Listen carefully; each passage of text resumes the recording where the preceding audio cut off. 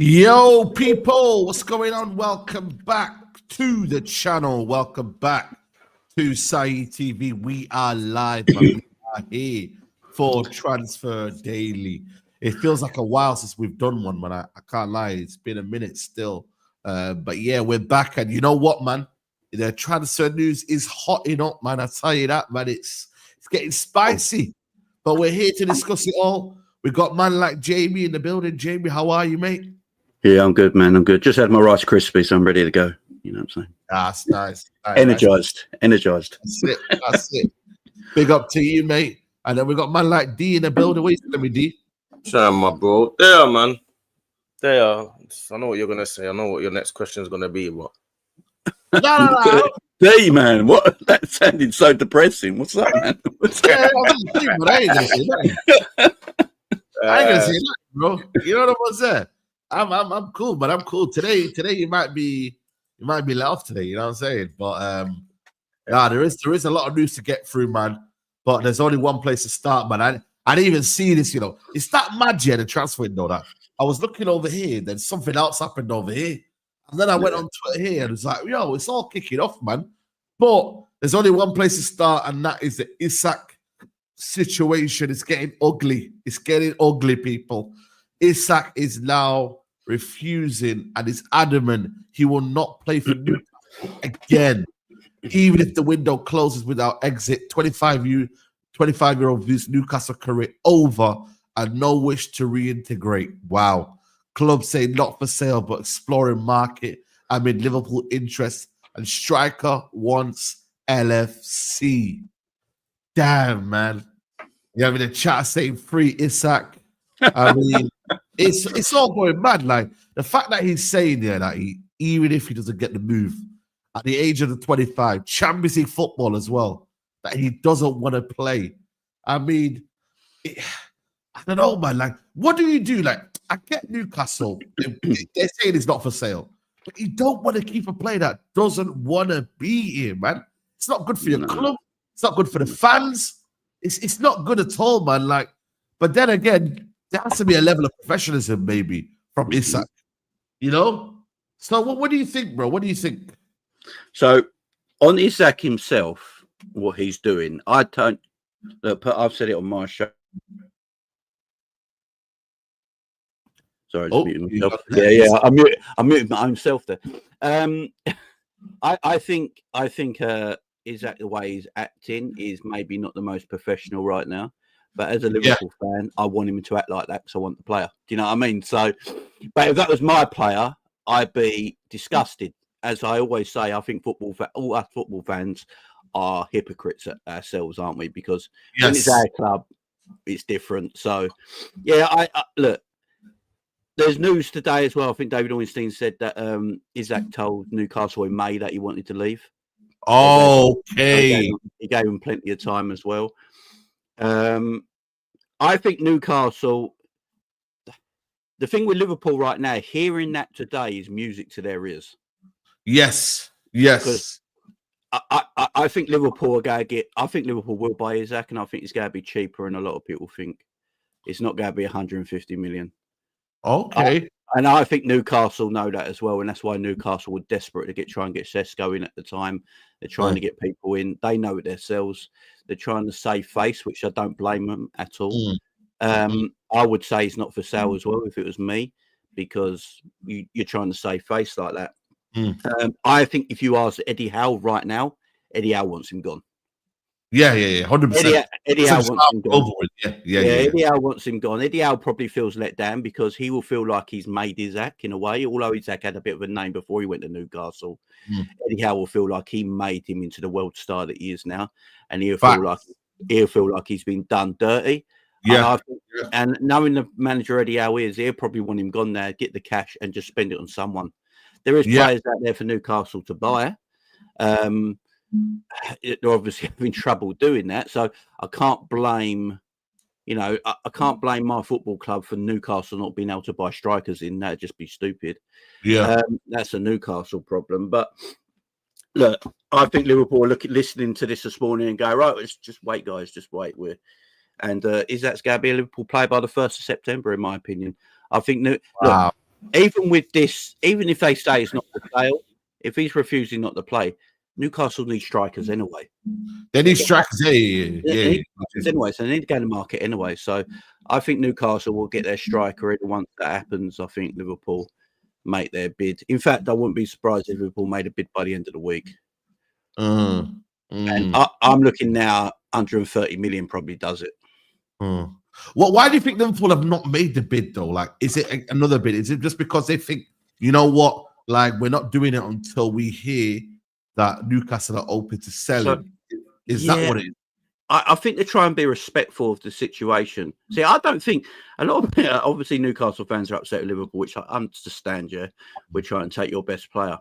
Thing is, I don't think Liverpool have done a lot wrong here. They found out. Yeah, I was going to say. Isak obviously went to Liverpool and said, "I want to go to you, bid for me." Yeah.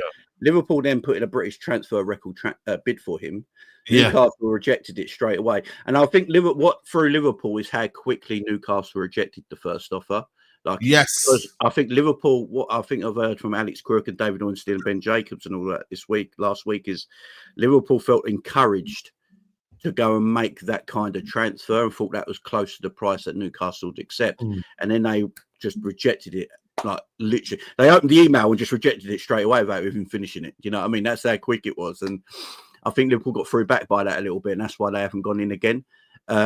But after hearing today's news, I think it won't be too long till Liverpool put in another transfer. And I think if it's 130 million, I think Newcastle will accept it, because I think this saga just needs to finish now from both parties, from a Liverpool side, from Newcastle side, and everyone can just move on. And yeah, they might not have a striker in at the time, but they'll have 130 million to spend, and they might have to overpay on someone. But look, that's unfortunately Newcastle's situation that I don't really care about, if I'm being totally honest. I don't know, bro. You just want the player, So I think this gets done, but yeah, Liverpool just chill now and wait, and then they'll pounce. Yeah. What do you reckon, Dean, man? Like, it's been one of the longest sagas, you know what I mean, we've seen in a long while, man. Like, we all know he's going to be a Liverpool player, innit? But the problem is, the thing is, if Newcastle were good at buying players this summer, this saga would have been done time ago, man. But Newcastle have just not been good at buying anyone. They've been rejected FC all summer, bro. Let's be honest. Like, you know what I mean? Like, they did, and that's what's hurt them as well. They're like, yo, bun you, man. You know what I mean? You want to leave. Yo, wait until we get players. And it's actually right. You, man, like, bro, what's going on? You man need to do your thing, bro. I need to go. I need to play, you know? But that's the thing. I know you probably haven't really been through this many times, obviously, because you lot were at the top of the tree for a long time. But there's been times where I don't think you really know what it's like to lose your best player when he's at his peak. We've had that for a lot of times as an Arsenal fan base. We've had that a lot. We lost a lot of players when they were at their peak and really doing like great things in the game. So we know what it's like. We know how frustrating it is. Like, I don't think you probably really have had that before. I don't know if you had that before. Ronaldo, wasn't it? But Ronaldo, even then, it was like a good agreement. You got on well. We stayed an extra year because he wasn't really. To be fair, Ronaldo also won everything before he left as well. So. Yeah, he won the Ballon d'Or with you as well. So he was at the I don't know if you've really had that like that. We've had it with a lot of players, like 5 or 6 top players that we've lost in the peak. So I understand where Newcastle are coming from, because no team wants to lose their best player when they've just got Champions League and they're just at the time where they're trying to really get their grip going and the motor start running. I understand Liverpool fans, of course, they just want him at their club, obviously. But if you look at it from the other side point of view, he's got a 3-year deal. We always do this. If a player wants to leave, you don't want to keep an unhappy player, he should go. Yeah. But then the other side of it is you got to honor your deal as well. True. I agree with that. I agree. We never even Gyökeres, even though we got Gyökeres from that, I still think it's like you had a gentleman's agreement, but you also had a contract. So which one should I go on? You know what I mean? You can't say, you had a gentleman's agreement, so I should be able to go. But then you signed a contract. They should be able to, you know what I mean? It's both sides. It's player power now, isn't it?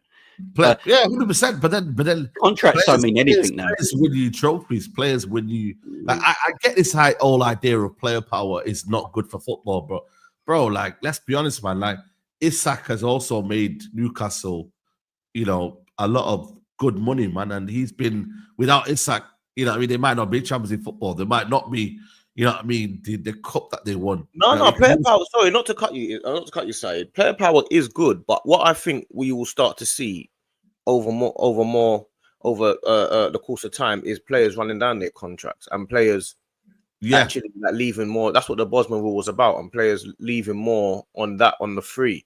Because that will start happening a lot more, because teams are this situation here is exactly why. You got a bomber. Go on. So, David Ornstein just put out at Newcastle and now in talks with Aston Villa's Jacob Ramsey. Oh shit! Oh, Jacob Ramsey. Yeah. Oh, he's a good player, man. He hasn't really kicked on a couple of years, but you know what? Maybe new environment, he might do well over there, man. You know everything but a striker. Everything but a striker, man. What's wrong with his luck, man? I don't think you lot say he's more likely to go. I'm not sure. I feel like that. He's got to go, man. I think for me, it's one of them, man. Just move on, man. Even though I don't. Why? That's easy for you to say as a Man United fan, though. No, but I want him to stay, yeah. But it's like, bro, like, at the end of the day, bro, it's like, bro, like, why is it bothering you though? I don't understand why it's bothering you. No, because I'm just like, yo, like, it's one of them where it's like, this saga has been going on for so long, yeah. And I'm like, bro, like, it's got to be an outcome or something, man. Like, but now it's getting ugly, though. Now, when he's saying that I'm refusing to play, like, it's getting ugly. You feel me? Like, it's getting a bit mad, bro. You know what I mean, bro? And right now, with Newcastle, they're in a big trouble, yeah, where I'm just like, yo, like, they've got a player there that's potentially, well, he's a world-class player, isn't it? Let's be honest, but you know what I mean? Isak, world-class player. Of course. Literally on the bench. And what he'll do is, but the thing is, in Liverpool, say that, for example, yeah, Liverpool don't get him, Jamie. Would you bid in January then? And then if he doesn't play for the whole year, he'll be cup tied. No. I think Champions League, you're all right. I think you're. It's changed. Imagine. Okay, let me give you a scenario. Let's say, for example, he doesn't play for a whole year. Yeah, doesn't play for a whole year. Shout out to James Redmond in the cup, man. Big up James Redmond, my guy. Come on, man. Big up my bro. Yeah, but hold on a minute. What if he doesn't play for the whole year? Would you want to? Isak hasn't played for a whole year. Be honest. Yeah. Then it's 90 million, ain't it? It's a lot cheaper, ain't it? Do you know what I mean? Do you know what? Actually, like, if Liverpool don't get him this summer and they get him next summer and he hasn't hardly played any football, I'm getting him for cheaper. So Liverpool win-win here. Look, Newcastle still hold the cards because he's got a contract. Yeah, at the end of the day, he's got 3 years on his deal.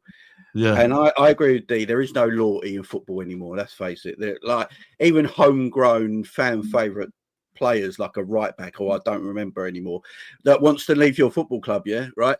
There's no loyalty anymore in football, and Isak's like, I'm not a Newcastle. Isak's like, I'm not a Newcastle fan. I didn't grow up wanting to be a Newcastle player or anything like that. I gave you 3 great years. I won a trophy, but I'm still on 120 grand a week, and you're not going to give me anything better than that. And I want to move on and go. And I think it's very hard for clubs. I feel for Newcastle that way, because I don't think, like Man United with Ronaldo won everything. Won the Champions League, won Premier League, won Ballon d'Or. And he gave 1 more year as well. He gave 1 more year. And waiting a year went a massive deal for Ronaldo, because he's already won everything, and he knows he's going to get his Madrid move anyway, and everyone's happy about it. And also at that time, Man United could financially keep Ronaldo for the year. It weren't a problem. I don't think Newcastle can financially keep Isak for a year if he's refusing not to play, not giving him a new deal. That, they've got a ceiling of wages at Newcastle. I think Bruno Guimaraes is their highest earner. So what's that, 160, 180? Yeah.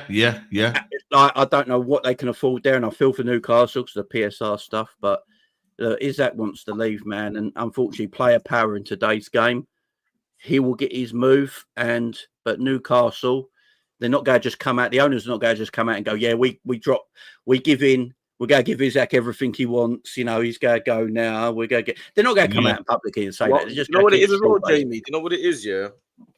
Like, obviously, as an Arsenal fan, I don't want Isak to go. Yeah.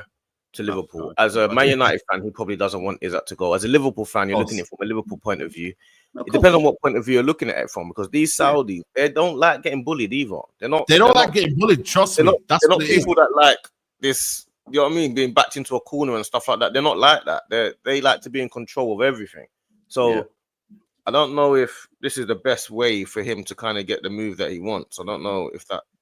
It doesn't seem like. But then it's dragging on, isn't it? It's not like it's dragging on. It's dragging on. It's dragging on. What do you think? It's more likely to be sold towards the end of the window or not? Is that what you're thinking? I think it'll go towards the end of the window. The thing with Isak that might be thinking, Isak might be looking at his owners and going, hang on. My owners are making teams like Chelsea richer to go and buy better players to compete with my club. Yeah. That I'm at right now. So Isak might be thinking there, sitting going, it's not, Newcastle got some PSR concerns. I get it. But they're also making other clubs that are competing against Newcastle richer by buying players that them clubs don't want, giving them good cash for them. And then they're going out and improving their squad to compete against Newcastle. And at the same time, I'm being told, as if I'm Isak, I'm being told that I can't really get the contract I want here. Yeah. So it's a weird one. It is a strange one. I think Dee's right. I think the Saudi owners don't want to look, they want to win, and they don't want to look like they lost the battle here. But facts, 100%. I think that's what's going to happen by the 1st of September, personally. Yeah. There's a comment here. Big up for super chat from Mohammed. He says, so you're telling me Newcastle knew since May Isak want to leave and somehow shocked he's kicking off now? Yeah, but if they don't get a bid that they want or they think is fair, then they're gonna keep him. You know what I'm saying? And now they're saying, right, we don't think he's for 150 is a lot of money for Isak, though, man. It is a lot of money, but I'm not gonna lie to you.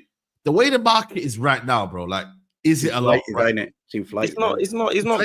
Even in today's market, I still feel like that's overpriced.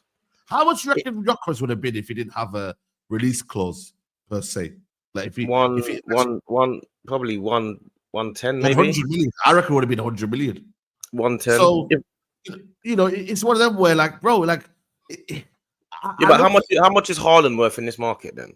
Oh boy, that's what I'm saying.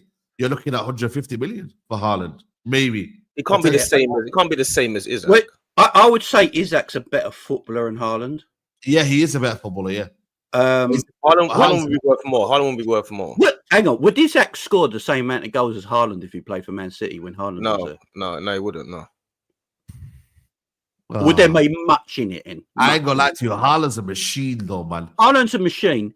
I think Haaland's probably a better goal scorer, but Isak's the better all-round footballer. Yeah. I think Haaland's a natural. Haaland's one of them in terms of goals. Yeah, like he's he's just a machine. He's a bit of a freak, ain't he? He's a bit of a freak. Yeah. No, I don't think he would. I think Haaland scores more goals. Haaland, no one scores at the rate Haaland scores at, bro. No one. His goal scoring rate is a bit mad. He would cost more than Isak if he was to be sold on at his right value in this market. He'd be. I would say Haaland's 150, and I'd say Isak's 125. Yeah, that's fair. That's fair. 110. Yeah, that's what Liverpool offered. So Liverpool thought they were offering the right value in the first. Right, I think I agree with you. I think I agree with you on that one. To be fair, we are getting to a very, very scary stage now of the window. Like Tobes was moaning on a Big Six last night, and he was saying like, "What's going on with the market? Like, what's happening?" I feel like it's disgusting, and we were all like saying, "Well, welcome to the real world, man." I agree with him though. I agree with that though. He's right on that in that regard, because what it does, it kind of, if you're gonna have a market like this that's inflated, and then you're gonna say to certain clubs you can't spend your own money, it's kind of like a juxtaposition. You know what I'm saying? It's like, how can you say to certain clubs that then get rich owners that you can't use your own money, but then facts. 70 million for Mbeumo, or 80 million from Mbeumo, and 70 million for Cunha, and 112 for Baleba. This is madness. Yeah. Like, it's getting to the point where it's actually becoming ridiculous and silly. 112 for Baleba. Well, how much would you want to pay for Mbappe if he wasn't? No, but he went on a free. Oh, how much do you reckon it would have been though? He would have been about 200 million, bro. Hang on, when he sign on fee like 130 or something. Yeah, because he went on. He would be about 200. He'd be about 200 million. He got half of his own fee probably by his sign-on fee. That's what I'm saying. Like footballers, you got to just run down your contract, man, because that sign-on fee. But the funny thing is, Saeed, do you know who would have cost more than Isak? Trent. Nah. He would have. I think Liverpool would have valued him. Trent would have been. How much do you think Trent would have been if he went? Big up Brighton, by the way. Brighton fan. Big up to you, Ryan. Big up, brother. How much do you think Trent would have gone for in this market at a peak, 26 years old? If Liverpool actually got proper money from him, it would have been about 150. Yeah, he would have been the most expensive. Bro, I think Trent would have been the most expensive defender of all time if he left. Yeah, 100 million, maybe 100 million for Trent, Saeed. Yes, no way. A lot, man. I think Liverpool at one time put that sort of price on his head when people were interested years ago as well, around that 100 million figure. So yeah, look, everything's inflated. I think if Isak went for 150 million, ain't that like the third highest transfer of all time or something? Yeah, must be up there with the highest, surely. Because 222 is Neymar, ain't it? Yes. Which Euros. I don't think anyone's. Yeah, Euros. Euros. That's not a. So what's that? About 190? Yeah. I'm sorry, man. I can't remember Neymar. I think that's included with the fee because his dad get a big fee as well. His dad got a big sign-on fee, didn't he? Yeah, I think so. These dads making money, man. But it's happening with a lot of these players now, isn't it? This is it now. I mean, Ryan, what do you think Trent should go for if he was on the market? Good question. See, we're probably the ones that have broken the market. You're talking about yeah. We're responsible for what was the British transfer record. Trent. Yeah, I wouldn't be surprised I suppose it depends if the player wanted to leave, doesn't it? Because he wanted to go. So if it was a case we had like 2 years left in his deal, but he wanted to go to move on to his next step, I reckon they would have taken 100. But based on the player level, they would have paid 150, and it wouldn't have been outrageous, if you know what I mean. He's one of the best in his position in the world. Yeah, that's what the price would have been. Liverpool wouldn't have. So if Trent didn't want to leave and they went for this boy, he would have gone at least 150. They wouldn't have gone lower than that. No, I can't. Liverpool got 140 million for Coutinho once. You know how mad that is. But that's nearly 10 years ago as well, man. When did they 17? That's nearly 10 years ago. Like, and he ripped up the Prem back then. He was unbelievable. Him and Hazard. He was. And we're still spending that money today, you know. Here we go. You know what it is? It's funny though, man. But then when you bought Alisson and Van Dijk with that money though, man. It was Fabinho, Shaqiri. Yeah. That's crazy, man. Amro says, Big Six transfer window feels like all big clubs are spending big at the same time. Going to be a crazy season. Even Spurs willing to spend. And Isak get an invite from the Saudi embassy soon. Just a super chat on Amro. Yes, Spurs are moving, man. We're going to touch on Spurs now. Can everyone do me a favor, though? Hit the like button. We are on 269 likes. We've got 1.5k watching. So please, if you can do us a favor, hit the like button. That would be amazing. But yeah, Spurs. I was saying, guys, Spurs need to hijack this deal because I think it's there for the taking. Arsenal are moving slow, but Fabrizio said, understand Tottenham are also back in talks for Eberechi Eze in a separate deal from Savinho. Spurs try again for Eze while they work on Savinho following Maddison injury and Son exit. Eze keen, but deal depends on Palace as release clause expired. I'll go with you, Ryan, first on this one. Tottenham, Eze, and Savinho, man. That's very ambitious, isn't it? It's very Tottenham to wait till the release clause expires, isn't it? Before making a move. They could have had him for 60 million. But I suppose the difference is with Palace, mate, they need to be humbled at some point, please. I mean, I'm a Brighton fan here. This is getting ridiculous. 2 trophies in 3 months. Something needs to change. If Eze can go, that would be a good start. But yeah, Tottenham, they've had a weird transfer one, don't they? They've gone from Gibbs White, Saga. I mean, everyone thought they were sort of going to take over the world with that week where they had all these links. But yeah, Eze would be a good signing. Obviously, he's one of the sort of best sort of wingers in the world at the moment, in the Premier League at the moment. So I don't know. I think Tottenham are in a weird position. They're in a big transition. Do I think that this is the one that's going to change it from maybe not? I don't know really how much Thomas Frank can. You're in the Champions League for the first time in what 5 years, 4 years. So I don't know. I don't think this is the one that's going to change it too much for them, if I'm honest with you. Yeah.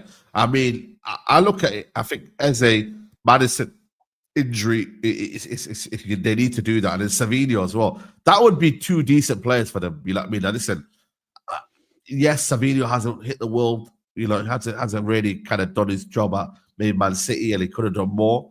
But Eze and Savinho, that's ambitious from Tottenham, man. Like you're looking pretty cooked as well. You're not exactly looking around and getting too much at the moment. I can't imagine them going for Savinho realistically this summer. Yeah, Eze's more there for the taking, but still, I mean, Palace they're in a good position. I wouldn't be surprised to see him try something here. The Savinho one threw me when I saw that the other day. Yeah, I know. I was like, why? I thought he was the best winger in the world. I don't get it. It's like City with wingers at the moment. What is Pep's problem with wide players at this moment in time? He doesn't seem to be. Either he's not the one in charge buying them, and he's not happy with them, or he just ain't got. I think the way Pep Guardiola wants to play football, I don't think the players in the market are out there for him right now. Yeah. For the quality that he absolutely needs, and he's looking at these players like Savinho and all that coming into his team, and for whatever reason they're good footballers. Yeah, and I'm not dissing them; they're very good footballers, but for whatever reason they don't seem to be able to be molded into that Pep system and the way Pep wants them to legitimately play. And again with Savinho, I like him. He's a good footballer, man. He's technical. He's a very gifted young player. But again, I wouldn't say he's lit it up in the Premier League since he's been here. No, he hasn't. He's got 8 assists and 1 goal, I think he is. Yeah, sorry, that was Anthony. He's on the wrong side, though. He's the left winger, though, isn't he? Yeah, again, why won't Pep hang him there? Do you know what I mean? Why? But with Pep, though, I think he's at a point where he's just not fussed, man, about whether you stay or not, man. He's like, you know what? It hasn't worked out. Cool. Get me another winger. Do you know what I mean? Like, he's got the luxury of doing that, man. He's not bothered if a player flops. Obviously, we'll say and we'll criticize him and we'll laugh at City for saying, right, another flop here. Grealish, this player now, like. But he's like, you know what, man? I'll get another player. I'm not saying he's manager. No, I'm not saying that. I'm not saying that. But he's had the luxury of buying new players. He's had that luck. Yeah. He has that luck, and that's why he's doing it. He's like, you know what, Savinho hasn't worked. I'm not bothered. Let him go. Go and get me a player. That's it. And you just got to do what you got to do. What's the other white player's name? Oku. Yeah, I don't think he's been. They should sell him as well. They don't do well with wingers for some reason. No. They don't recruit, like they go for midfielders. They're going to get someone special, but when they go for wingers, you're not so convinced this is going to be sort of a hit. But I don't know. I don't think Savinho goes this summer. No, neither do I. I think Sterling. I think he does. I actually think he does. He's trying to now his head's been turned, and now he's not going to be in favour. He's not going to be in favour, and now Man City are after Rodrygo. So it's bro. Like as soon as they said Rodrygo, bro, you ain't making it. You absolutely are not making it. And Man City fans now have said it's old news now. See you later. See you later.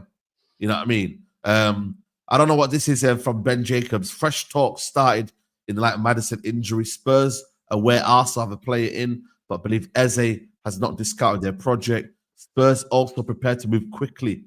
Understand Spurs valuation similar to 55 million paid for Mohamed Kudus. Palace wants 68 million release cost triggered or matched, even or after it's expired. D, are you worried there, man, that you might miss out on Eze? Like, or do you think he's gonna come to Arsenal if Arsenal make a move? The problem is, as much as I want to say anyone will pick Arsenal over Tottenham and stuff like that, you got to look at from the player's point of view. If I was Eze, of course, naturally you think, Arsenal is a bigger team, it's close to the title and stuff like that, and you're thinking, like, if he gets in the team, he's playing the 10, But if you're actually looking at the actual scenario, Eze, you're looking at it, you'll be like, Eze is definitely going to play the 10 role at Tottenham. They're now and they're in the Champions League as well. Their team's getting together. They've got a new manager, which is I rate him quite highly. And then you got Savinho left wing, Kudus right wing. You're looking at it like this is not a bad team to join. Like if I've got an opportunity to join one, of course I want to join Arsenal, but I have no problem joining Tottenham. That's the issue with this. That it's like there's another option that makes sense to you because they're both in London anyway, so you can stay in London anyway. So that's where the problem is. It's not so much about, I'd rather go Arsenal than Tottenham. It's more about, does it make sense to also go to Tottenham? And it does. Yeah. That's where the. But look at Kudus. Kudus went to Tottenham. He only wanted Tottenham. You know what I'm saying? Because he knows he's going to guarantee to play all the time. Savinho, Tottenham. Next thing you know, you've got Eze, Savinho, and Kudus in across that front three, that attacking position. That's a serious team. All of a sudden, you've gone from Odebear and Tell and Brennan Johnson to Kudus and Eze and Savinho. So if you're looking at it from an Eze point of view, you might be like, some people in his ear might be like, it makes sense to go to Tottenham, bro. Arsenal, you might not play, you'll be playing on the left and all that type of stuff. Tottenham already in the Champions League anyway. So I can see why it makes sense. I can understand it. I'll be honest. No, I agree. Flexibility at Spurs as well, don't you? Because you can go sort of down the middle. Thomas Frank's a little bit more pragmatic, so you're not going to have quite as much chaotic football as they did last season. So Eze is someone that can play down the middle, obviously, but obviously he's very good on the left as well. I think Thomas Frank will be a lot more not cautious, but he'll almost be like tactically very pleasing. I think it might not hit straight away, but I think if they give him time, I think he'll do all right there. To be fair, I agree, man. And I'm not gonna lie to you, bro. Eze ain't here to play on the bench, man. Like, I don't know what Arsenal are thinking, man. Not his age, bench. Not his age, man. That's why Tottenham is I would go to Tottenham if I'm him. I'm not gonna lie to you. I think the only thing is the only thing that swings it in Arsenal's favour. Obviously, we're closer to the title and the players that are there. So you got the Declan Rices and the Sakas and the Maddison. You're with them and training camp. It's that little group of players that are kind of got a little friendship group. You know what I'm saying? But apart from that, if you went to Tottenham, I'll be like, I can understand why you went to Tottenham, and that's where the issue is. That I can understand another option. That's the problem. Yeah, I agree. I wonder if Tottenham now see Matthias Tell as a striker as well. Yes, if they do get Savinho in, off the left, Kudus off the right. If Ekitike's in the 10, they might see Tell as a striker because a lot of journalists in Germany said that they thought his best position was up front. So maybe that's how Tottenham see it now. And Solanke isn't obviously he's their number one right now, but I'm sure if Tell does bits, he can be number one. I think they can fight. No, but Solanke makes sense with those players around him. Yeah, like, all of a sudden, you've got flying wingers and Eze around, so like that now is quite a strong front four. Not bad front four, that if they get Solanke, it'll be one of the best front fours in the league. Yeah, well, it's up there. You know what I mean? You have to gel together. But Thomas Frank, like I said, man, he's a manager that gets players out out of nowhere makes him something. Like look at Tony, looking at Whistle, Remo, they were all unknown entities. God, Damsgaard. Yeah, and look what they are now. Didn't he have Watkins at Brentford as well? Yeah, he did. He did. Watkins as well. Yeah, and that's how Aston Villa came in and bought him for a good fee. So you know what, man, he's under the good coach and guidance. But yeah, like I said, man, it's what are Man City gonna do now with that money? Are they gonna go get Rodrygo? There was some news about Vinny Jr. last night. Guys, can I ask a question? Yeah. What do we do with this Indicalier now? Because he's the boss. Now. He's tier 1, man. He's tier 1. I'm sorry, man. He's saying that Vinny Jr. apparently might be going to Man City, and I'm like, I think because apparently it's 5 people. Apparently it's 5 journalists that it's like a burner account, ain't it? Basically, yeah, man. So the original Indicalier apparently sold his account. Yeah, he did. He definitely did. He sold his account, and the new person, whoever it is, has taken off, but is obviously more legit.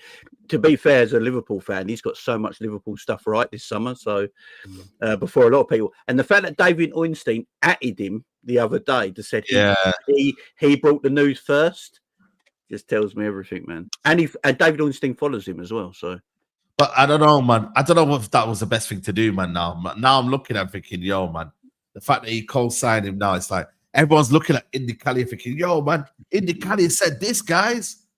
I'm like, okay, cool. Like, 2016 feels very weird about it, to be fair. Didn't he break the Baleba thing first as well? That's what he got. That's why everyone believed him. Because I saw it, I thought, And then Ornstein obviously cited him. But I think since that, it's not been quite as accurate. Since, he had that big one. And then it feels like he's just been kind of reposting the same news and then claiming that's how it feels a little bit. Yeah, don't get me wrong, game's the game, but it does feel a little bit like that. Do you know what because he was the first journalist to actually get it right that Liverpool and Wirtz were talking in February. And then when we signed him, David Ornstein that came out with the article saying Liverpool have been talking to Wirtz since February. And Indy was the first person to say that.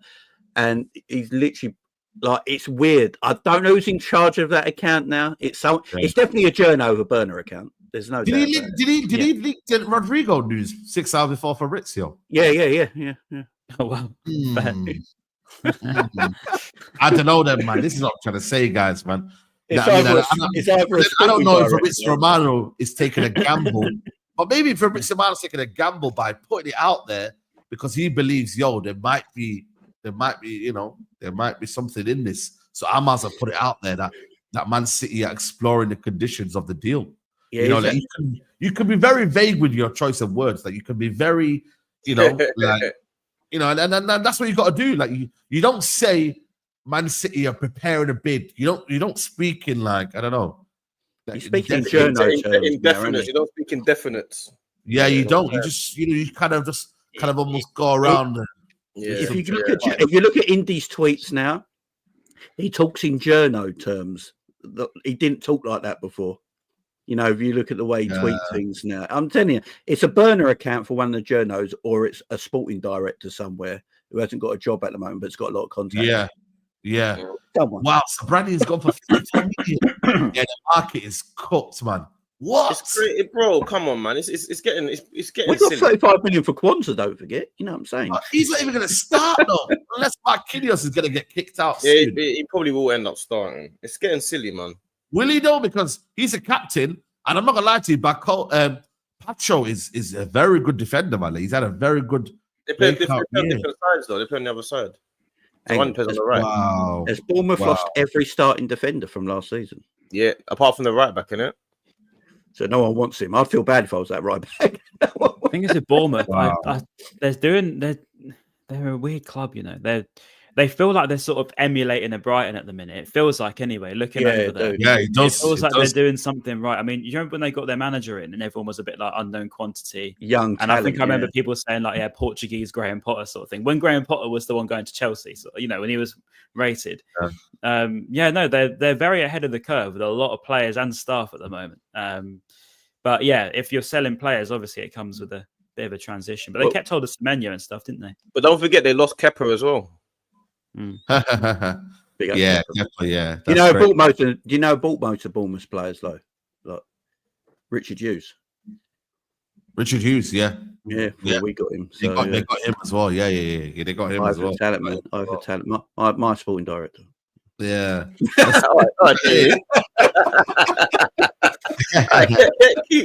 Keep going on. Big up Aya. He says, if I'm Arsenal, I'll try and go get Savinho, leave Eze for Spurs, pay MLS midfield, and try and get Anthony Robinson for left back cover. Definitely would try and get Robinson for left back, not for cover to start. And then I would definitely. I understand what you're saying, but we definitely need Eze. We need some what X factor. Why has no one looked at Anthony Robinson this window? 29. I Is really. it just his age going against him? Do you think? That's all it is, man. It's 28 old nowadays, man. You can do a good job at 28. When you can get Kirkes, who's 21. Wow. Robinson, let me check when he's about to turn 28 as well. Because 28, I think he just turned 28. 29. Yeah, he just turned 28 in August. Yeah, so at least a good 4 or 5 years out of him. You know. Yeah, but what it is, it's the valuation that Fulham are going to put on him for that age, ain't it? That's okay. Fair enough. Top drawn, man. But Arsenal, I think that's what we should have done, man. I don't understand it. No, good left back, man. I feel for Fulham, though. I don't think they've done any business, have they? No. They're trying to buy that. I'm telling you, they're trying to buy that Brazilian kid. But again, it's like, bro, like what you got on first game, but they always do us. So I'm not so ready. Yeah, and I feel like for me, Muniz wants to go to Leeds. Apparently, they're in trouble, man. There's a couple of teams because they've got good managers. I think they'll be all right. But there's a couple of teams out there. Marcus Silva's very underrated. You know, everyone always goes on about the Thomas Franks and when we had De Zerbi and Emery's and etc. But no one really talks about Marco Silva. I feel like he's kept them. I feel like he's definitely kept them punching above their weight for a fair bit. They've not exactly been recruiting wonder kids, have they? Nope. No. And they've been doing. I mean, they're pushing Europa Conference last season. Yeah, pretty much at the end of the season. Do you think it's that time at Hull that? That's what it is. Now. Everton as well, wasn't he? He did well, Evan. I thought he yeah. The problem is, I feel for him because as you say, I think he's a very, very good coach, but he's not gone to any club with money yet, really, has he? Yeah, he's never been taken seriously. I don't feel like he's top draw, but he doesn't stay for very long at clubs. As also, no, he's a mover. Isn't he? He's a mover. No, yeah, no. Yeah, like I said, a lot of clubs they're lucky they've got the players there, man. Listen, Ryan, I'm sorry, man, but we're gonna have to ask you the question, man. I was enjoying this chat about the Prem. Are you a believer? See, Saeed, Saeed's a funny guy. He's a really funny guy because normally we do these shows quite often weekly. We have a couple shows weekly, and Saeed always speaks about Man United about an hour and 45 in. He never. Yeah. See, today he wants to talk about Man United because he wants to talk about Baleba, and he brings you on because he wants to ask you about Baleba. He's a shady guy. He's a really, really, really shady young man. He's a shady young man. We have to, man. We insist because we want him in it, and Brighton is their player. We have to respect that, but at the same time, you want him to go on strike. I hear you, Saeed. I hear you. I don't know. We're hearing that he wants to join Man United. That personal terms won't be an issue, but the fee will be an issue. And whether Brighton are willing to sell. Like Ryan, obviously you don't want to. It's no. You don't want him to go. But like, what's your feeling right now with Baleba? I think it all depends on the first bid. To be honest, I mean, are you realistically going to give us 120, 130 million? Because I feel like the club will want to exceed the Caicedo sale, if I'm honest. Yeah. So they'll want to go 115 plus. Verts is what, 116, whatever it was. Yeah. So they'll want to. Barber will absolutely love to have the record transfer thing. It's basically a trophy for us at this point, right? So he would want us to get 120 at least, whatever. And to talk about Baleba as a player, because I feel like the world doesn't know Baleba yet.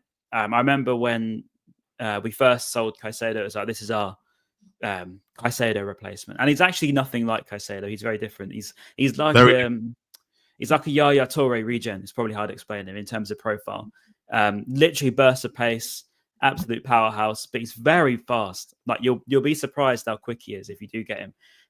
He can make games look very easy, physically dominant, can shoot as well, which is nice. He's still a little bit naive. He's only 21, so he's not even playing a full season for us, really. So personally, on a player perspective, I think he needs to probably have another year. He's still a little bit too premature, but I don't know. I feel like he's probably one of the highest potential players that I've personally seen at this club. And obviously, I've watched Caicedo for 50 matches. I feel like he's insane. Yeah. The thing is, for me, I agree. And I think for me, when you look at the system we're trying to do right now in a two-man midfield, I do believe I have seen games where he's kind of almost left his position and has been a bit naive, especially because he loves to carry the ball a lot. But I think he's got all the qualities for a modern-day midfielder, man. Very quick, very strong, very agile, very kind of, low center of gravity. We just glides across the pitch sometimes. And also he can win the ball back as well. Like, Yaya Toure maybe is a good comparison, Mate, honestly, I'll let the chat say what they want, because obviously everyone will laugh at you when you first say something crazy like that. But I'm talking player profile. You have to have something to base it off. And I remember saying it about Caicedo. Like I said, he won't flop when I went on Chelsea podcast, and it was like, 115, we've overpaid, whatever. He's one of the best DMs in the league right now, by far. Yeah, he's everyone knows maybe that. in world football. Yeah, in world football, yeah, because he was obvious. But he's different to Caicedo. He can do that, but I'd say he's a bit more well-rounded. He can do different things. He can drive the ball forward. He scores unbelievable goals. I think that one against was it West Ham? And it still sticks in my mind. Yeah, West Ham away. West Ham away, was it? It was at home. It was at home, because I remember celebrating, thinking that was insane. It was about 30th minute. So 100. Was it? Did it go into extra time or not? I can't remember. I think it might have been 95th minute. Anyway, he scored from about 30 yards out, whipped it. Who takes a shot on in that scenario? You know what I mean? He's got that sort of star quality. But again, I do think he's a little bit soon for him. If he went next year, probably next summer, you'd be talking about him going for 80 million, maybe 90 million, and you might be able to get him cheaper. Do you think so, though? Because I don't know, I think it goes for more. Because there'll be a bidding war then. There'll be a bidding war. Yeah, I know what you're saying, but we thought that about João Pedro. If you said to me we're going to get 55 million for João Pedro in January, I'd have laughed. I'd have said absolutely no way he's worth more than that. And we did. And I can't believe we did. I mean, we've been told in the sort of media that it's to do with attitude, but I'm not convinced. Yeah, it was a strange one. Yeah. We'll see. I believe. Yeah, go on. I was going to say, like, a lot of people see Baleba as a defensive midfielder, don't they? When I watch Baleba, I think it's only because he's young. I think as he gets older, he's going to be more of a box-to-box midfielder. Yeah, he probably already is a box-to-box. Yeah, because he's got that. I watch him; he's got so much power and pace, and he's very athletic. The way he moves across the pitch and covers so much ground. I think if you're just making that defensive midfielder, I think you're limiting his game. He's got so much more to. Well, mate, we played him centre back once because we had no centre backs fit, and he just filled the gap. He's like just played. It's like Yaya Toure. Yaya Toure could play. Like any role, he could play any role, but when you release him, you let him off the leash, he becomes a beast. Do you know what I mean? I think if you look at Baleba, I think that's the same. I think in the years to come, that's what we're going to be looking at. I think in the years to come in the Premier League, he could be the best midfielder in the league. Yeah, I don't disagree. And the thing is, United need to do something. Obviously, we do. That's what I'm saying. The time's ticking, though. And will you have enough time to replace Baleba? That's the thing. Or do you need to? You got Wi-Fi, Ayari, who I ain't gonna lie to you. I like that Ayari guy. I know a lot of people don't really talk about him, but I like that. Ayari is class, but he is limited. I'd say he's not got that sort of.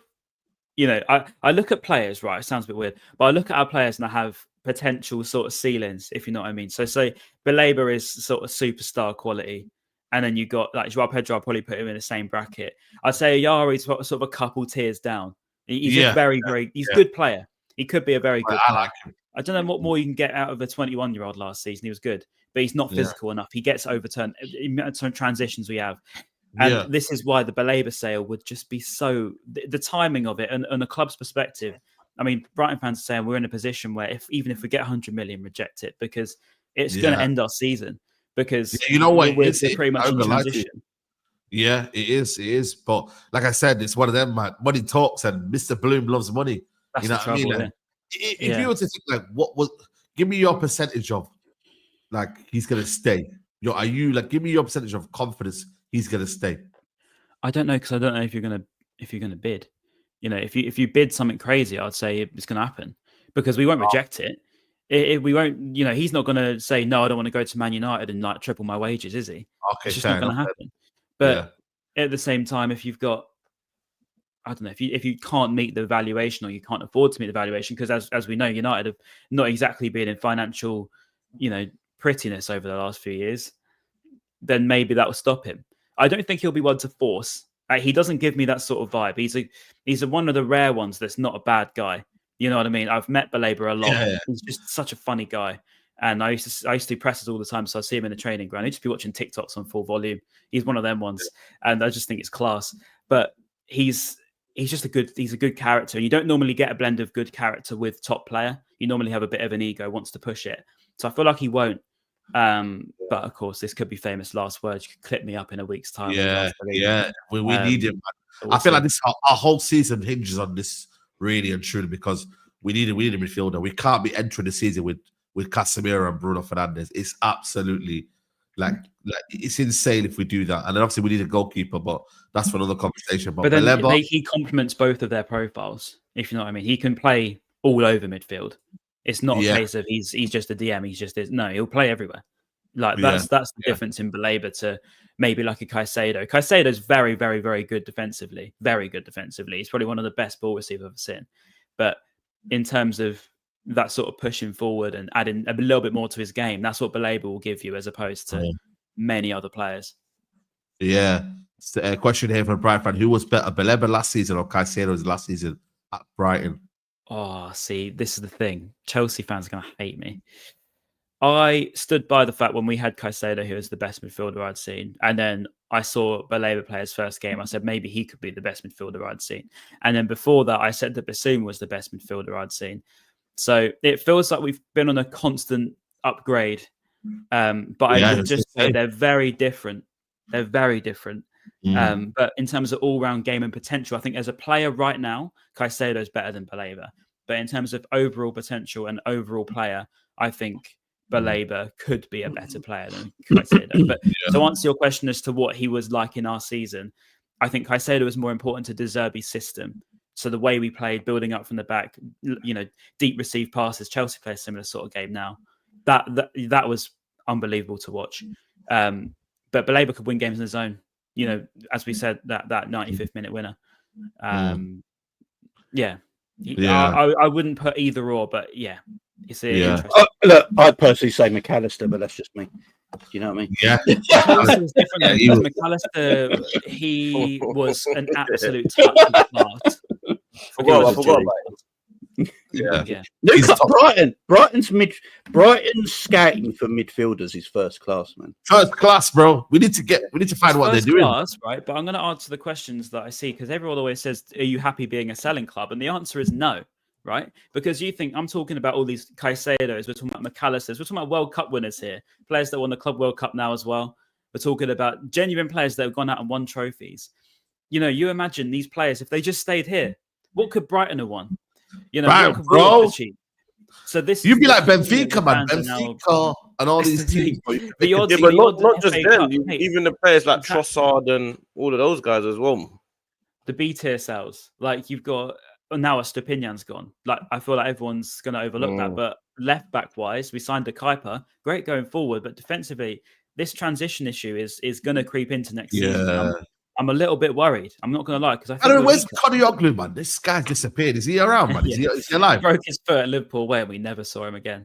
But I think he's meant to be back this season. Bloody hell, man! But are you hopeful for the season? Listen, it didn't end well for you lot last season. You know what I mean in terms of the manager. There was a few rumors of the fans getting a bit discontent. You sold João Pedro. You've got this youngster from Greece who apparently meant to be the next big thing. He's still got a couple of players. He sold a Dingra. Do you think you've got that? I think the new left back, I think as well. Are you hopeful for another top 8, top 9 finish this season? If you lose Baleba, there's no way. Absolutely no way. But Matt O'Reilly's another one. I think if I'm honest with you, we are in too much transition now. I think there's too many players, but João Pedro is such a big one. That's a big loss. that's 20 goals in it, really. 10 goals, 10 assists. Yeah. Regardless of whether it's penalties, he's a match winner. He's someone that's going to change the game. I think, honestly, don't hold me to this. I think João Pedro will be unbelievable at Chelsea. Bro, I agree. Like I want him at Liverpool. I think João Pedro's a baller, man. Yeah, he's a baller, man. I've always liked. I don't get why he sold him so cheap. Because I remember the year before, I think Brighton were quoting 100 million, weren't they? And I stood by it, mate. Like I think he should have gone for around that sort of figure. Like should have been looking at 80 plus. And it's such a shame. There was a bit of a falling out, I think, but he's by far one of the best talents, sort of striker wise. I've not seen many players come in here and hit the ground running with so many goals. Was it 40 goals in 70 games? That's quite an incredible return. And you can talk about penalties all you want, but he wins the penalties. He's the one that creates those chances, and he's the one that puts himself in that position. Under Hertzler last season, we hardly had any. I think we only had five penalties across all comps, and that's because we're not playing quite as well as we did under De Zerbi, and we're not in the box enough to get them fouls. So, mate, João Pedro deserves the credit for winning them penalties and scoring them in tough moments. Because you'll watch us next season. You watch. I bet you miss pens. Indie bomber. If we can do it, do we do indie bombers now? What do we do? I don't know. No. It's just he's basically just saying they're in talks. They're trying to come. They're trying to talk to companies. He's not even spelling. It's not even spelling right. Like, can you at least spell right? The guy said they're trying to cone. That's how I read it. I thought, what does that mean? I thought that's a new one. To cone some sort of agreement. Like, you're not even spelling well now, man. Like, what's going on? He's probably drunk. Cones and stones, man. It's just it's crazy. He's had too many Bloody Marys for breakfast. Man. It says with Eze, he's a great player, but I feel like Arsenal's creative issues have screwed our view on Eze. He strikes me as a talented, inconsistent player. And it says, will Mr. Mariakin stop the Baleba deal because United players are tapping up Baleba? This Mariakin is, I swear down. He might get involved in a lot of shit this season, I'm telling you now. There goes the Mainu hype. And Tony Bloom sold us R9, 55 million. We love Brighton. That's crazy. R9 is mad. NBA is, listen, JP9. Man, it's crazy. One thing I will talk about your club is Garnacho, man. And I don't know if you lot seen him yesterday, but he said I'd rather stay than and rot on the bench than play for Man United again, along them lines anyway.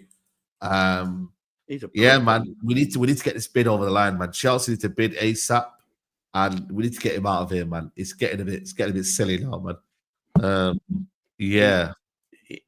Garnacho's just a prick. Yeah. He's just a. Here it is. This is what he said. Fabrizio Romano goes here. Chelsea, all right, stay here, and I don't play football for 6 to 12 months. This is what I'm saying. I mean, I know Isak's doing the same thing. He's been a prick as well. But this is what I'm saying about players now, man. They just sit on their contract. These players know they're getting paid so much money. Yeah. They just sit on their contracts. Won't do anything.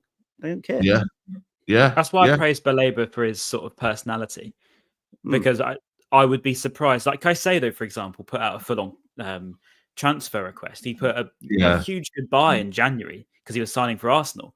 He wasn't. It was never even on the cards, and he had to delete it. But I just can't see Baleba doing something like that. Garnacho is crazy. Well, Garnacho's got he's got an ego where his talent hasn't. Yeah. That's what I said. Yeah, that's what I said. Like, his talent isn't there, but his ego is like Ronaldo, and I'm like, what are you doing? What are you doing, man? But listen, Chelsea. The thing is with Chelsea, they're in no rush. They're absolutely in no rush to make this deal happen first before Xavi Simons. They're going to do it in their own terms. Chelsea want to bid 30 million. Man United saying 50. We have to come to some sort of compromise. Let's settle at 40 and everyone go their own way. You know what I mean? I think that would be the best solution. Even though it's not probably a 40 million pound player, but the market right now at the minute is so messed up that, you know what, maybe Garnacho is 40 million and we just kind of settle it there. Everyone goes their own way, and we kind of move on. They actually don't need Garnacho, which is the funniest thing about it, because they've got Gittins, they've got so many players that can play on that side. But, United, he's actually saying, I won't play for the next 6 to 12 months. Like, it's ridiculous. It's the sheer audacity for you to say that is mad. Like, I'm just finding it incredible. But Chelsea, listen, it's a new chapter for him. Good luck to him. And we just hope that bid comes in and we then can spend money, So thing is, do you realistically, even if you were to sell Garnacho, have enough money for Baleba? If we're talking 120 million.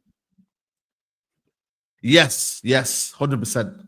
100%. That's not like an FFP issue. That's completely. No. We've got no FFP issues. I think even if we did, I think we because we make so much money through revenue, I think we'd be cool anyway. And our credit is we'll probably max the credit card again, but in terms of financial issues, we've got non-financial issues at all. With PSR, we're very good. I think it's a bit of a misconception on Brighton fans' side then, because everyone's like, yeah, they're just going to bankrupt themselves, but clearly not. No. We're actually going to be all right. Like we obviously, we've got a few sales to make as well with Garnacho, Højlund, Anthony, Sancho. When we make them, there should be enough money there. You know what I mean, for us to be all right. But it's one of them. Like with Chelsea, Garnacho, like he's just, please, can we just do this right now? Can we just break a deal, please? Like, can we just do something? You know what I mean? Because it's just it's just dragging out right now at the minute. It really is. It's dragging out.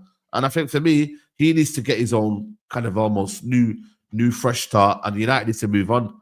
But like I said, we clapped him before he left. Well, I didn't clap him. The Old Trafford fans clapped him, and this is how he's treating the United fan base. Like, it's ridiculous. So, you know what I mean? I don't know how long that takes. They're still waiting for Xavi Simons as well. Like, Chelsea have still got a few businesses to make as well. Like, I don't think they're done in the market. They might go get a centre-back as well.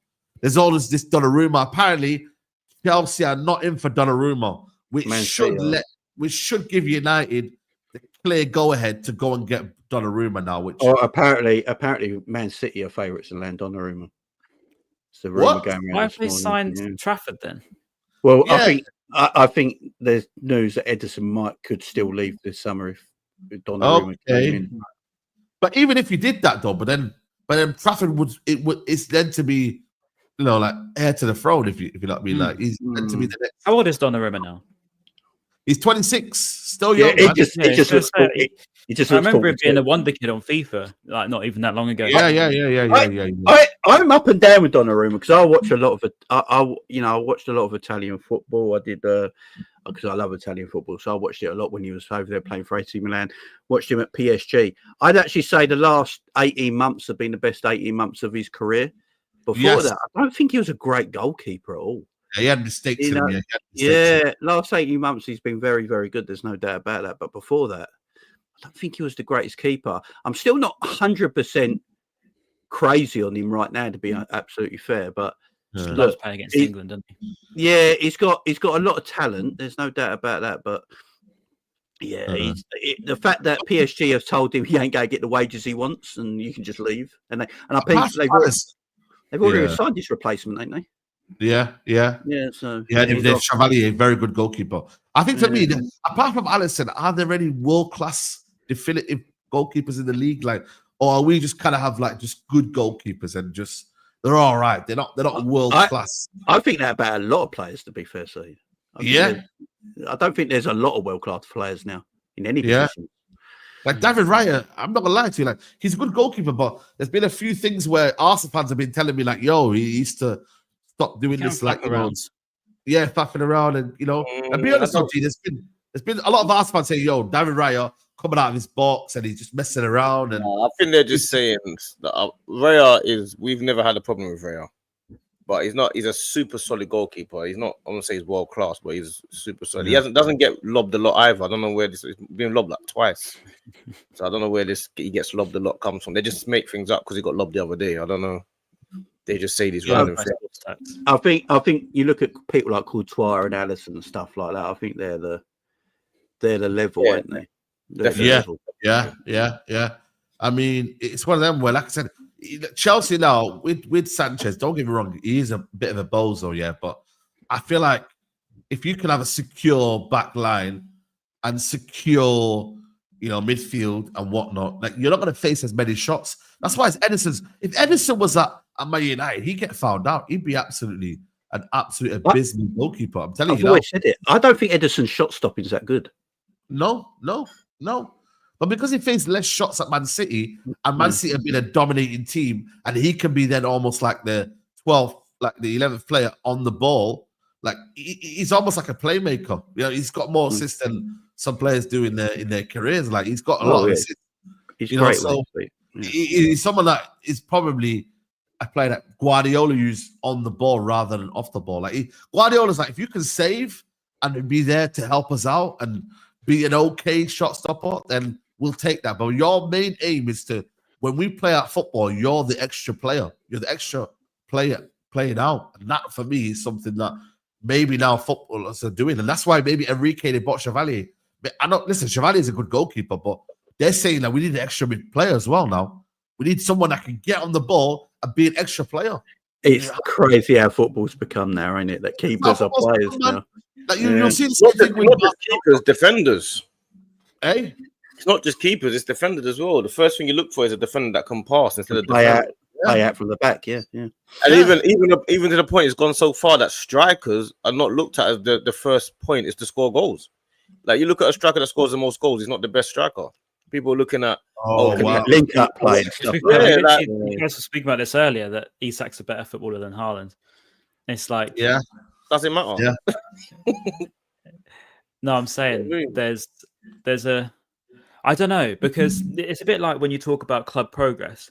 Like, for example, I remember when we were talking about Palace and Brighton, and it was, we were in a better position. And this was articles in like January. Everyone was saying Brighton. And everyone would have agreed that we're in a better position. But now they've won 2 trophies in 3 months, yet they finish 12th every year.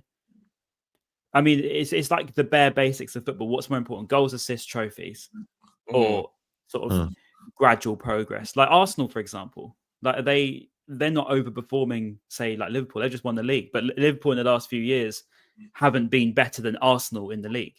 You know what I'm trying to say? It's a strange. It's like, there's two. That's what you got to have a balance, though. You got to have a balance, though. Winning and playing good football. Like it's all good when I'm playing good football, but no one remembers. I'm sorry. He's not talking about good football. He's talking about consistency. He's not talking about good football. Consistency across the board, not just on the pitch, across the board. Yeah.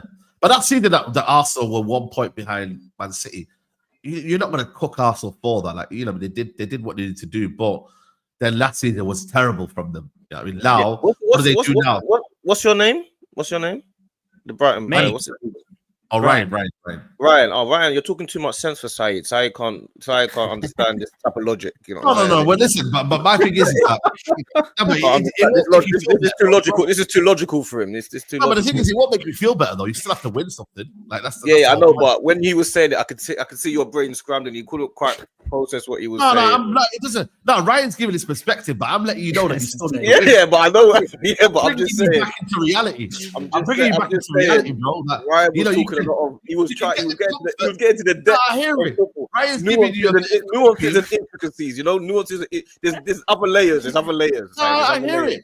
But the bottom line is you got to win. Like I'm sure Ryan, you would take all that pretty football and all the silly players for FA Cup trophy, you know, and success. He would give of course, you. That's what I'm saying. So I'm saying, would it say if Brighton were in a position like Crystal Palace, where we've just won trophies, but then probably you're going to lose Eze, probably you're going to lose Gahey, probably going to have a worse season than Brighton could. It's strange. But then, you know, at the moment, I feel like we cannot say anything to Palace fans. Anything, because they've won 2 trophies in 3 months. No. It's true. So that's my frustration with Brighton. If we're to now sell Baleba for 100 million, well, great. We've got 100 million. I'm not going to see a single penny of that money in my life. I'm still going to have to pay 60 odd quid a month for my season. But the trophy you will. That's part of you. That's the thing.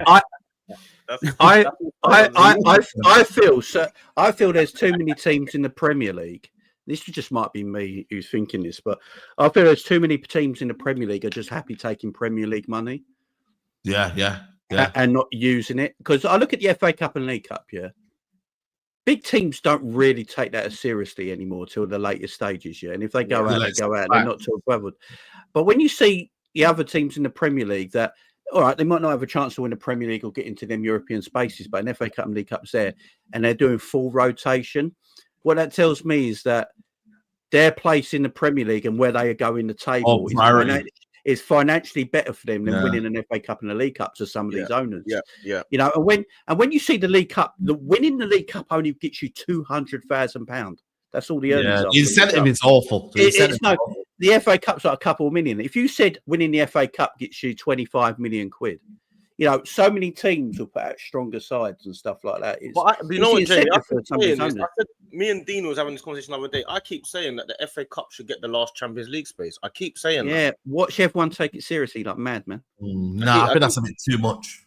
Or just make it a £25 million thing, so teams don't have to worry about PSI the following year because you get guaranteed money. What's wrong with the Champions League place? Because that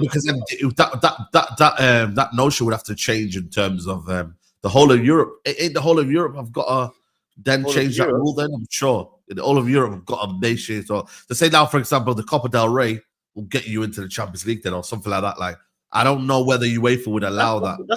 What's that got to do with the Copa del Rey? No, I'm thinking about in terms of competitions, right? You can't just say like, oh, you know what, I'm saying as in taking away a league position. Because of the fifth spot, though. What about so you're saying take the fifth spot away if you win the FA Cup? Or fourth, because don't forget it's 5 or 4. It's not always 5, is it? Sometimes it's the fourth spot.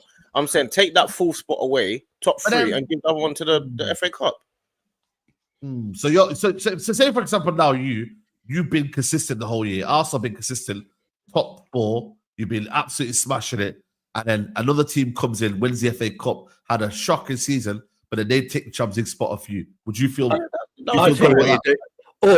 the team that finishes 4th plays the FA Cup winners for a playoff round for the Champions League spot. Maybe, yeah. Like, you know why the Premier League could never do it? Do you know why the Premier League will never do it? You could get teams like Palace in the FA. Yeah, and the Premier League only want Liverpool, Man United, Man City, Arsenal, and Chelsea. Yeah. That's the reason. Because anyone can win the FA Cup. Yeah. But how many teams do you play? You play 3rd round, 4th round, 5th round, quarter. Yeah, 6. Yeah, 6. So rounds. 6 versus 38 games where you've been trying to be consistent. And then some team just comes in and just takes it. Yeah, but the problem is with the top 4 race is that really only certain teams are really gonna get it, isn't it? Really? Yeah. I just feel like forget all that. Just put more financial package on the cups, and teams will take it more seriously. Or that. That's probably the more likely thing to. Yeah. I say more likely, more reasonable, because I don't know. I think there's a difference between. I'm not saying I want to finish, say, 7th opposed to win a trophy. Obviously not. You know, it's the weird in between bit of having a good run club and actually backing up. Because it's all well, you can imagine Arteta's reign now. How many trophies he won? 2, 1.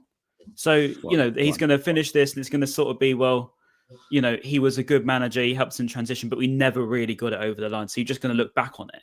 Can I ask you a question? Go for it.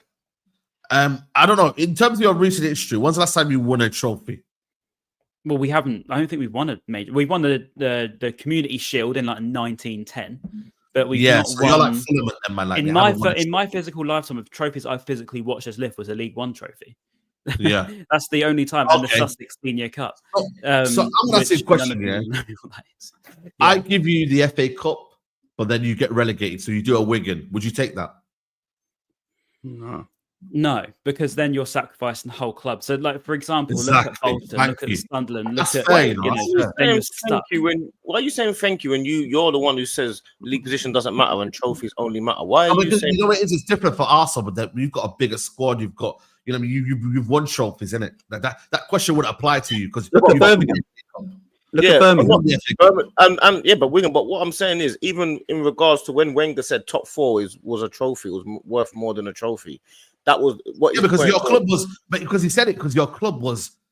When everyone heard that, it was embarrassing at the point because it was like Arsenal are a big football club. They shouldn't be. I understand that. I understand. Of course, that should never be the case. But what we're saying is football has moved in that direction where top 4 is considered bigger than the FA Cup or league. Most owners and fan bases would rather get Champions League football than win an FA Cup or a League Cup. I'm saying, especially the top teams, anyway. If you look at Wigan and Birmingham, they won domestic trophies and got relegated, and we've never seen them again, and they're in financial difficulties. That's it.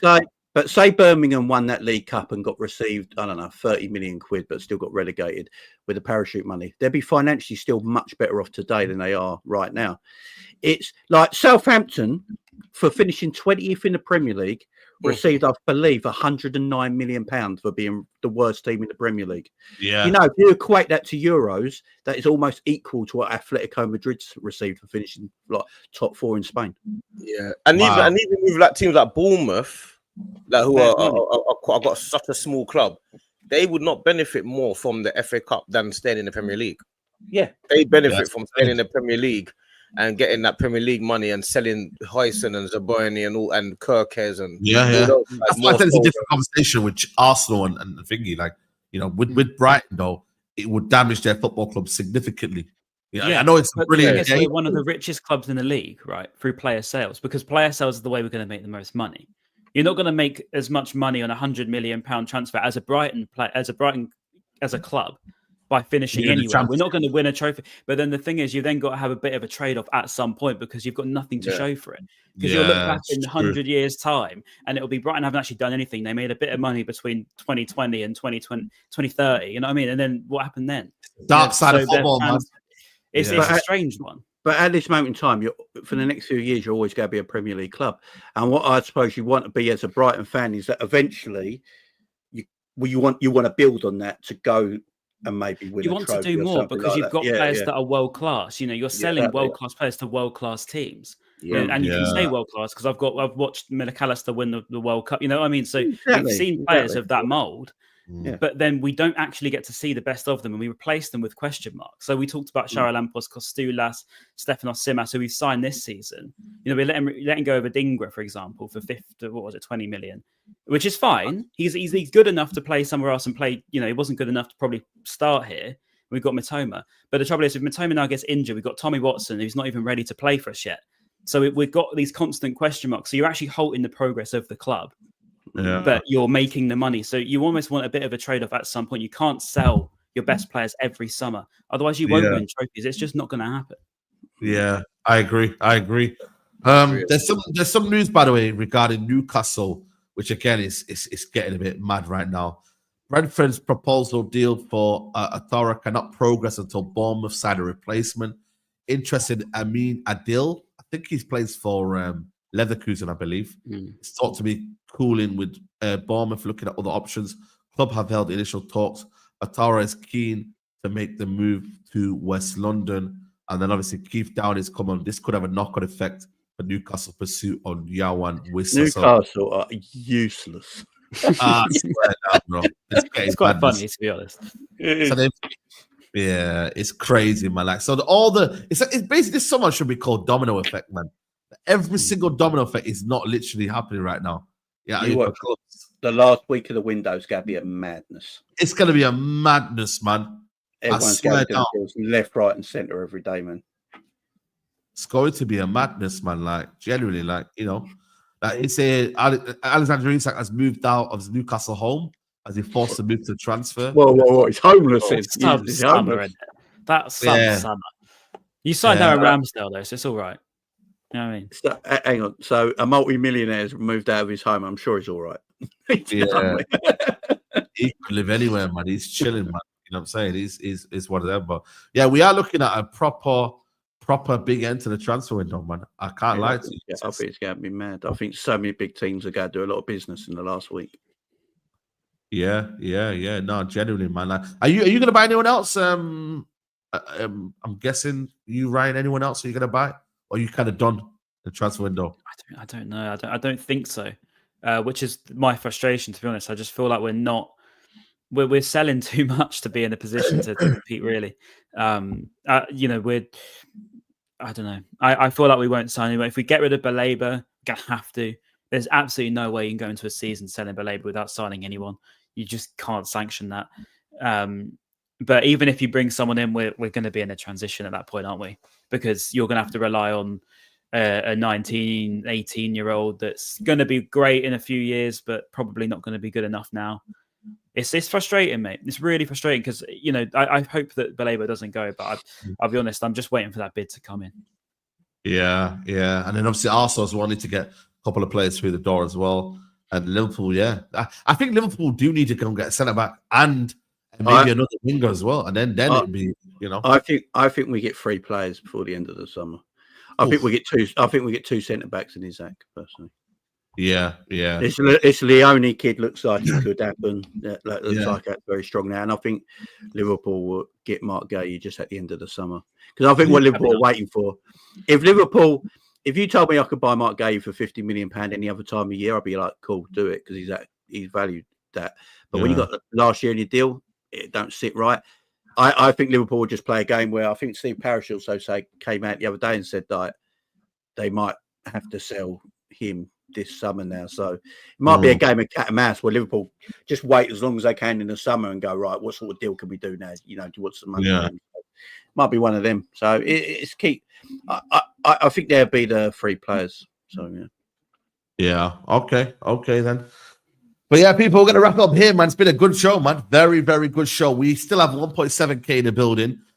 We're on 634 likes. So let's get these likes up, guys. If you don't know where the like button is, bottom right hand corner, helps our channel massively, and it just shows your appreciation to the show, man, and helps us get up the algorithm, man. So please do hit the like button on your way out. Jamie, thank you as much as possible, man. Thank you for joining us. Loved it, man. Loved it. Yeah, make sure you subscribe to Jamie's channel. Link will be in the description. So make sure you do that, people. YouTube Jamie Phillips Football Chats. Ryan, big up to you, man. I see you smashing it and that. Big up to you. Let them know where they can find you and whatnot. Thank you, mate. Yeah, follow me on Twitter, X, what you want to call it. I'm going to call it Twitter. Ryan Adsit, or follow TSR Football. Don't follow Brighton unless you're a Brighton fan, because that'd be a bit weird, to be fair. Unless you want to see who your next wonder kid you're going to sign is, then feel free to follow us, and then Paul Barber can sanction a £100 million move for you. But no, follow TSR Football and myself. I really appreciate being on, mate. Love it. Yeah, absolutely, man. Absolutely. And obviously, D Fams on TV. Big up to you, man. Fams on TV, man. I'm going live in a minute. Me, Jules Dean. So you know it goes. Yeah, man. definitely, man. Definitely, people will switch over there. Make sure you go check out the content over there as well. I'll be back later on at 5 p.m. Me and Tyrone will be going live. Again, discussing Baleba. I can't lie to you, Ryan. I'm sorry, man, but we are. I'm not joining again. And hopefully there's a bomber later on, man, and there's a breakthrough in terms of this deal, man. But yeah, mid-6 reunion. I was on the show, man, with Ryan, man. Mid-6, man. Can you believe it? What a throwback. Bring it back. Crazy, man. Yeah. Big up, man. Get Turkish on it. Yeah, there you go, man. People, listen, we're out. Take care. Peace.